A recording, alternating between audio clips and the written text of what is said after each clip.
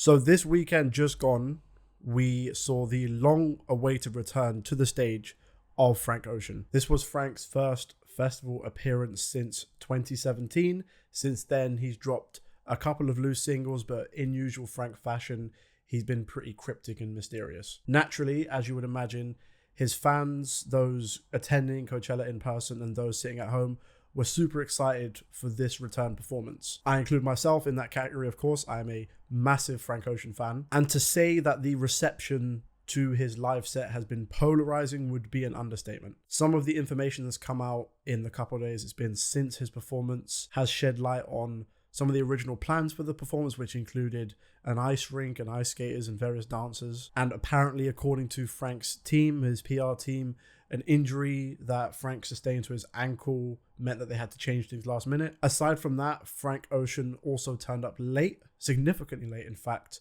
to his performance, and that meant that it had to be cut short. Fans have also complained that half of the songs he didn't even have his microphone on, and he was essentially just ad-libbing along to the original track. 12 trip, nigga, like you 12. How you looking up to me and talking down? Can't you see I am the big man? All of them lying that I am. I fill up with the drunk. Other fans have complained and commented that they could barely see him for some of the performance. A lot of it was from behind a screen, and he'd even inserted a random 10-minute DJ set into the middle of the performance. And as someone who loves attending concerts and live music in general, and as someone who loves Frank Ocean as well, I have extremely mixed feelings about the set itself and the reaction to it. I want to address why people are disappointed, and I can fully understand why in that situation I probably would be as well. And the thing I definitely sympathize with most is the fact that he was late. I've attended concerts before where artists are significantly late. I saw Travis Scott 3 or 4 years ago at the O2 and he was about an hour late, and that really ticked me off, especially because I paid a lot of money. Even though art and artistic performance is so hard to quantify, the one thing I think should be a bare minimum is just turning up on time. I think that is the least you can do for the people that have waited and the people that have paid. And I'm trying to approach this from the most unbiased position I possibly can, because again, I'm a giant Frank Ocean fan. I literally have his face tattooed on my arm. Aside from that, I'd say most of the criticism has not been towards the fact that he was late, although a significant portion of it has been, but most of it has been towards the performance itself or lack thereof. I've watched the live set a couple of times now. Like I previously mentioned, there is a 10-minute random DJ set in the middle. There's a significant portion where Frank isn't singing or rapping. And there are a few moments of, I would admit, awkward, strange silences in between songs. And when you mix that kind of performance with someone of Frank Ocean's stature and mystique and just the whole lore surrounding him, you get this type of controversy. Because it has been so long since the world saw Frank perform, and also because his product, his music and his art is so scarce, it builds up an insane level of anticipation and expectation. That anticipation creates excitement. And, you know, if you're excited to see your favorite artist in the world, someone like Frank Ocean at Coachella, one of the most significant music festivals in America, you will end up expecting a certain kind of something. And also when you factor in previous headline performances at Coachella from some of the biggest artists in the world, Beyonce, from a few years ago, one of the best headline performances I think I've ever seen at a festival, even though I wasn't there. And I think that expectation can be a gift and a curse for certain artists, especially artists like Frank Ocean. Through the little communication that he has with his fans, mostly through his artistic output, we know that his whole vibe and aura is shrouded in mystery and is quite introverted. Now, not to say that because that's your brand, essentially, that may excuse a lazy or mediocre or late performance, because it definitely doesn't. Fans expected more. Fans expected more. I think that's the general consensus, even from some of Frank Ocean's diehard stands. And I think the difficult thing is, what is more in this context? Is it, I guess, him just singing the songs? Which sounds like the bare minimum, and I would agree. But I feel when you apply that to other artists, other really big name artists who headline festivals, most notably rappers, I feel like we let them get away with the same kind of shit. I've been to a lot of concerts, and I've seen rap concerts that I fucking love and that I wasn't so hot on, like any other genre of music. But when I see Young Thug or Quavo just mindlessly walking around stage and singing maybe half or less of the lyrics and kind of just vibing to their own music, the people still fuck with it. And I still fuck with it in the crowd. And I don't know why. Because I'm aware that what I'm witnessing is kind of lazy and kind of half-assed. But I think there's this kind of like tacit agreement amongst the crowd that we're only kind of half here to see them actually perform. We're mainly here just for the vibe and the aura of seeing that artist. And I think maybe because Frank Ocean is a singer and, alternative R&B, indie pop, whatever you want to call him, singer, those expectations don't apply to him. We expect something more or bigger, especially as a headliner. I agree 100%.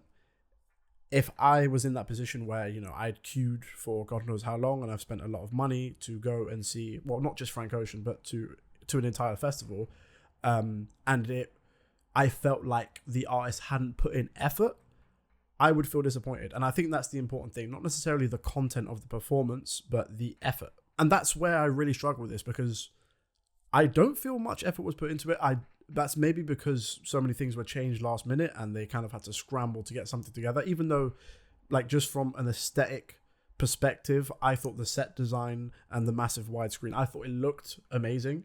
And I will address the fact that Frank Ocean said, explicitly on stage that the main reason he was here was because of the memories that he shared at Coachella with his brother who passed away a few years ago. And of course, you can't put a timeline on grief, and that kind of pain is something that I would never wish upon my worst enemy. On the flip side, I don't want to delegitimize the feelings of fans who would take the line of argument that is true and they sympathize with this, but at the same time, Frank Ocean wasn't obliged to play this festival, and he's been paid handsomely to do so. I know some people will argue that Frank Ocean's performance was in of itself a performance piece that captures his aura and mystique, perfectly.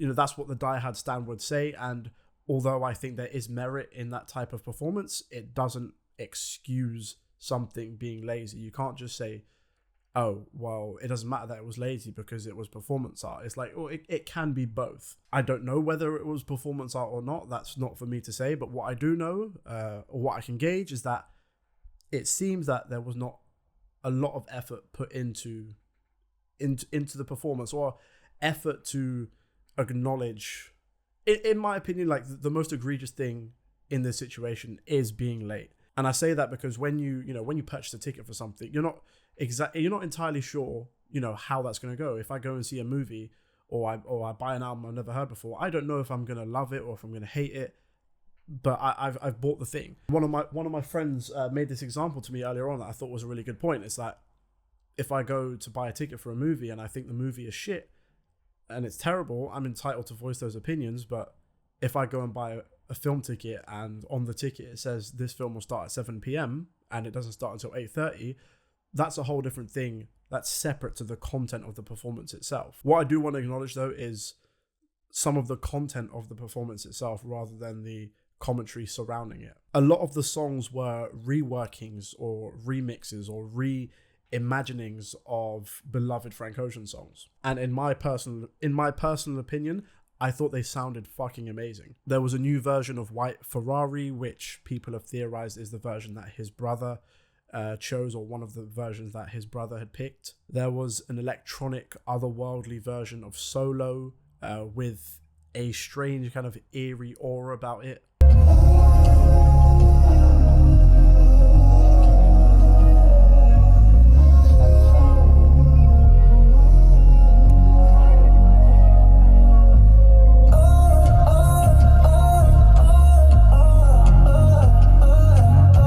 And what I find kind of impressive is that for, most of these songs he performed are from Blonde, which is a very stripped back and somber album. And it's kind of like he did acoustic, even more somber versions of those songs. The versions of Pink and White and Self-Control he did, he showcased his vocal ability. That's the strange, I think that's the thing that frustrates people a lot as well, is that in that show, he displayed his amazing talent. It's like, oh, he can sing. He can sing live. His voice is amazing, like we all know. But he only gave people glimpses of that. And like I previously mentioned, the set design and the widescreen, I thought looked phenomenal. And at the end of the day, I've mentioned most of the negative criticisms that have been surrounding this performance, but there are maybe a handful, I don't know how many, but there are people who went to that performance and enjoyed it. And knowing the kind of live performances and strange, weird shit and sometimes confounding performances that I tend to gravitate towards, if I'd seen that live, and because of my love of Frank Ocean, those two combined, I'd probably enjoy it. I would probably enjoy it. And I know a massive part of that is just the idea of just seeing Frank Ocean in the flesh, even just standing on the stage.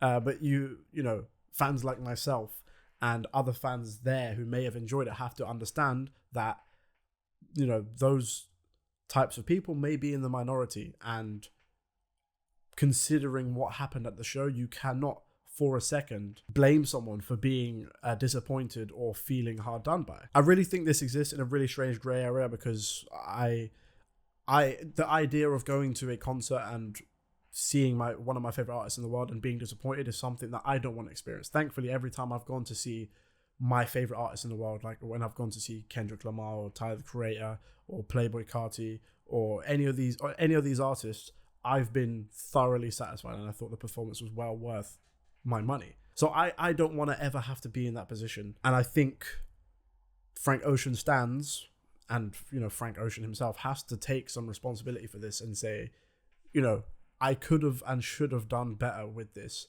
Not necessarily the content of the performance, but the communication and acknowledgement of his fans who paid to see a performance on time and it goes smoothly. I'm going to be really interested to see how Coachella markets his next performance, if it even goes ahead. I have no idea at this point. And if it does go ahead, I have no idea whether Frank Ocean will address the controversy or not, whether it will be a completely different stage design. I have no idea, but it'll be very interesting. I think the last point I want to make on this is, a lot of people that are jumping to Frank's defense automatically, which is my kind of inclination because I'm a Frank Ocean stan. So I have to separate myself from my love of his music and his art and just look at it objectively. The easy defense to go to is to say Frank Ocean doesn't owe his fans anything. In 9 out of 10 cases, I think that's true. When fans are complaining, oh, you haven't dropped in 7 years, why aren't you touring, blah, blah, blah. An artist doesn't owe that to their audience. In the one instance where an artist does owe something to their audience is when they have paid for something. If I pay for this at this time, I expect it at least at the bare minimum to be on time. If that doesn't happen, I can't blame anyone for being pissed about it. But yeah, those are my thoughts on this situation. I thought it was important to talk about because Frank's one of my favorite artists. Going to live shows is one of my favorite things in the world to do. And the idea of those two things combining and it not working out is something that bothers me to my core.